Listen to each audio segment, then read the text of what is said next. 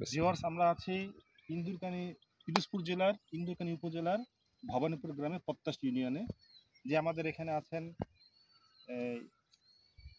পটুয়াখালী আঞ্চলিক কার্যালয়ের বৈজ্ঞানিক জনাব মোহাম্মদ মামুন স্যার, আরও আছেন ভোলা আঞ্চলিক কার্যালয়ের ঊর্ধ্বতন বৈজ্ঞানিক কর্মকর্তা আশিক এলাহি স্যার। আমরা আছি এখন এই ইন্দুরকানী উপজেলা আপডেটিং জরিপ কার্যক্রমে আছে। আমাদের এখানে পত্তাশী ইউনিয়নের ভবানীপুর গ্রামে আমরা একটি পিট খনন করেছি। এই পিটে আমরা মৃত্তিকা দল নির্ধারণ করেছি এবং আমরা এখানের এই পিট খননের যে পিএইচ নির্ধারণ করা হয়েছে এবং কালার নির্ধারণ করা হয়েছে। পিএইচ এখানে আছে টপ সয়েলের 6.0 আর সাবসয়েলের আছে হলো 7। জি, B1 B2 স্যার আছে 8 আছে। B1 B2 8। যে আপনারা এখানে কি কি ধান কি ফসল করেন? ফসল তো তো এক ফসল দেন। আর ওইটা দিছি ওই আলু, মরিচ, ওই ভুট্টা সব হয়, কিন্তু দেয় না।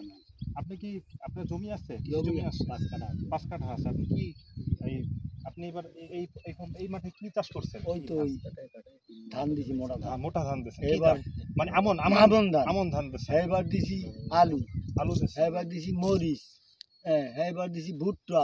এখন এখানে আপনার আমন ধানে কি মানে সারের পরিমাণ কতটুকু সার দেন?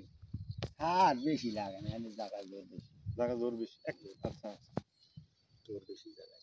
আপনার এই মাঠে কি লোকাল ধান দেন? লোকাল মানে কোন জাত? কোন জাতের ধান দেন? এই ভাদ্র মাসে রুই। হ্যাঁ, ওইটা কোন জাতের ধান দেন? এই যে মোটা ধান। মোটা। এই জন্য সার দেন না? না, এতে সার লাগে না।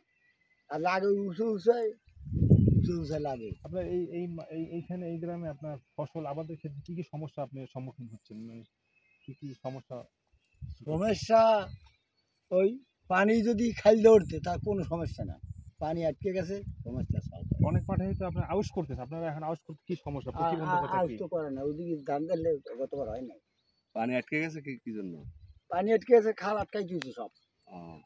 এই খাল আটকাইছে, সাইড হিসেবে বাড়ি ভেঙে যায়, গেলের একটা আটকাইছে, ওই কুলটা ছাড়িয়ে দিয়েছে।